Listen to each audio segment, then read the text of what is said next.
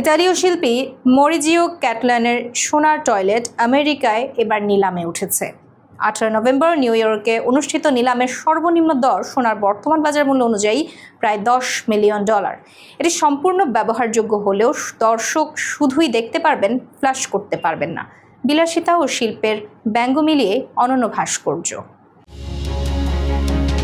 ইতালীয় শিল্পী মরিজিও ক্যাটেলান তৈরি সম্পূর্ণ সোনার টয়লেট ভাস্কর্য আমেরিকা এবার নিলামে উঠছে। নিলাম ঘর সথবেস জানিয়েছে, 18 নভেম্বর নিউ ইয়র্কে অনুষ্ঠিত এই নিলামে টয়লেটটির সর্বনিম্ন দর হবে সোনার বর্তমান বাজার মূল্য অনুযায়ী, যা প্রায় $10 মিলিয়ন, প্রায় 122 কোটি টাকা। এতে ব্যবহৃত সোনা প্রায় 101.2 কিলোগ্রাম।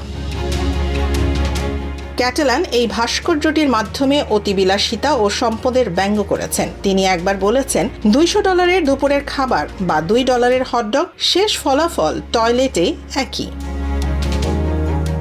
এটি কেবল শিল্পকর্ম নয়, পুরোপুরি ব্যবহারযোগ্য টয়লেটও। 2016 সালে তৈরি আমেরিকার 2টি সংস্করণ ছিল। এর একটি আগে গুগেনহাইম জাদুঘরে প্রদর্শিত হয়েছিল এবং 1 লাখের বেশি দর্শক দেখেছিল।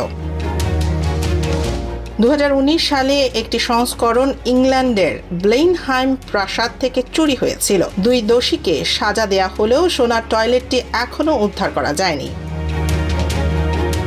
সথবিসের নিউ ইয়র্ক শাখার প্রধান ডেভিড গ্যালপারিন বলেন, এটি মূলধনের দিক থেকে খুবই মূল্যবান, যা শিল্পের বাজার মূল্য ও বাস্তবিক উপকরণের পার্থক্য তুলে ধরে। নিলামে দর্শক শুধু দেখতে পারবেন, ব্যবহার বা ফ্ল্যাশ করার সুযোগ থাকবে না।